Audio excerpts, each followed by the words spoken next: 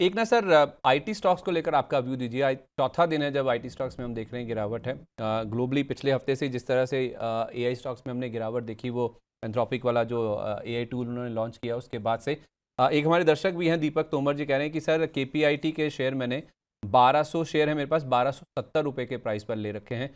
क्या करूं सर? कह रहे हैं कि बहुत ज़्यादा लॉस हो रहा है, प्लीज़ हेल्प मी। तो सर 1270 वाला 970 के भी नीचे आ गया तो दिक्कत तो होगी ना सर। शेयर भी बहुत ज़्यादा, क्वांटिटी इनके पास 1200 शेयरों की है।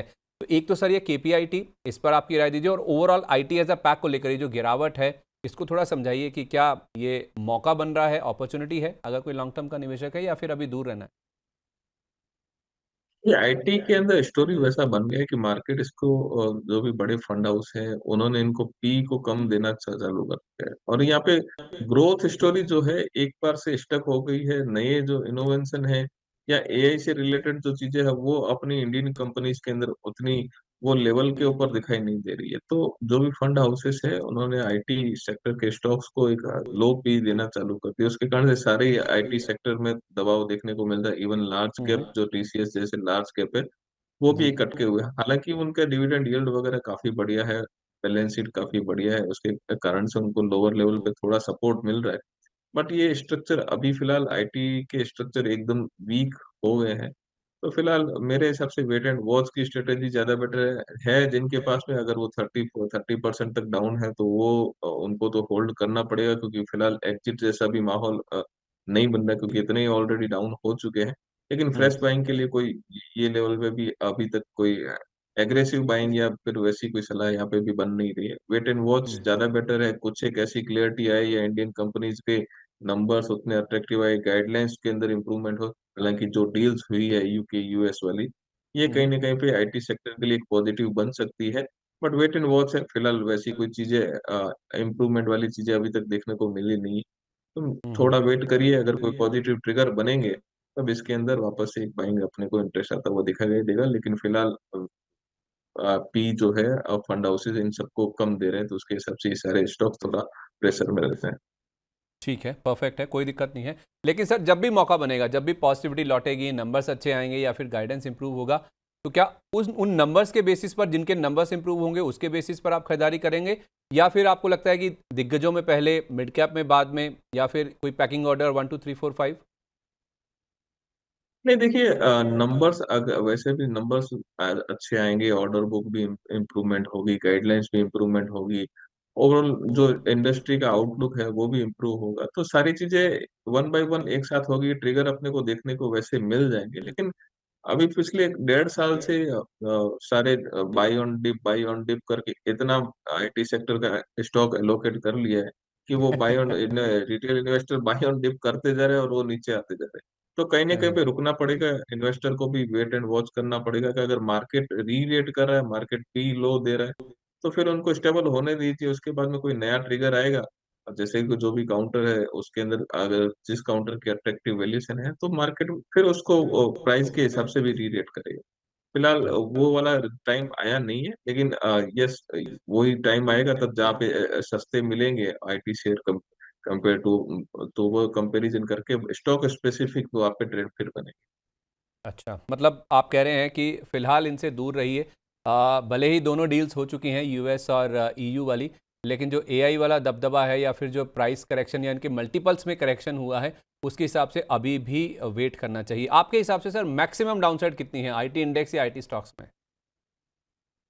ये मैक्सिमम डाउन साइड वैसा फिलहाल अपन इसको ज्यादा कुछ बोल नहीं सकते, लेकिन फिर भी अगर किसी को पोजीशन लेना है तो लार्ज कैप की तरफ ही रहे, ज्यादा बेटर रहेगा कंपेयर हम्म। To mid. अगर मिड कैप में देखना है तो कोफोर्स है, परसिस्टेंट है, ये एक दो एक काउंटर है जहाँ पे फिर भी थोड़ा सा एक सपोर्ट है, या फिर उनके नंबर्स या उनकी वर्किंग काफी ठीक है। ओके। बाकी काउंटर्स में उतना स्ट्रेंथ है नहीं, तो अगर वो काउंटर को भी पी अगर कम मिल रहा है तो बाकी वाले काउंटर को पी ऑटोमेटिक कम हो जाता है। तो हम्म। जहाँ पे अगर एक्सपोजर नहीं है, फ्रेश बाइंग नहीं है, फ्रेश इंटरेस्ट नहीं बन रहा है, तो उसके हम्म। बगैर होगा नहीं। लेकिन फिलहाल एकदम ही दूर रहने की सलाह नहीं है, लेकिन फ्रेश बाइंग के लिए वेट एंड वॉच है। जो एक्सपोजर है उसको लेके तो एक साथ में कुछ कर नहीं सकते, लेकिन वेट एंड वॉच फ्रेश पैसा लगाने के लिए थोड़ा टाइम और देना चाहिए। ठीक है, फ्रेश खरीदारी करने के लिए थोड़ा और समय आपको लेना चाहिए। शुरुआत जब भी करें तो अच्छे जब ट्रिगर्स बन जाए तो लार्ज कैप्स के साथ करें। मिड कैप आईटी में कोफोर्ज, परसिस्टेंट, ये तो दो नाम हैं ही जो कि हर किसी को पसंद हैं।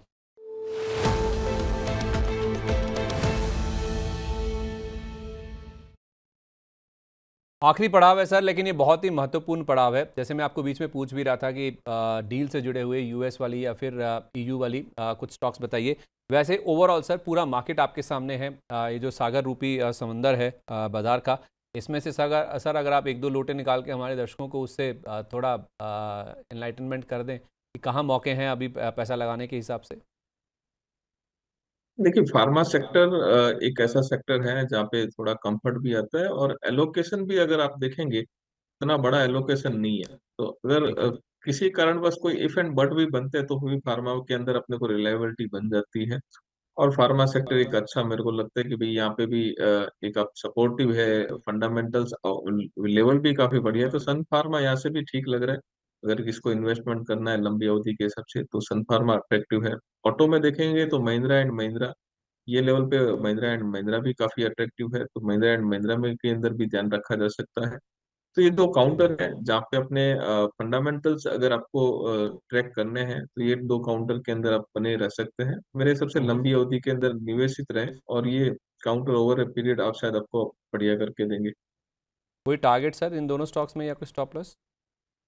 स्टॉप लॉस की बात करें तो ये मीन वाली 1560 के बिलो अगर आपको रखना है स्टॉप लॉस, तो 1560 के बिलो सन फार्मा का रखें। अपर साइड में टारगेट अगर एक साल का नजरिए तो 1950 के टारगेट मिनिमम रख के सकते हैं। सर हो सकता है कि उससे ऊपर भी होते हैं। महिंद्रा एंड महिंद्रा के अंदर ध्यान पॉजिटिव है, वहां पे भी 4200 से 4300 तक के लेवल जो है एक साल के अंदर देखने को मिल सकते हैं। 3280 का एक स्टॉप लॉस लगा के महिंद्रा एंड महिंद्रा के अंदर भी ट्रेड किया जा सकता है।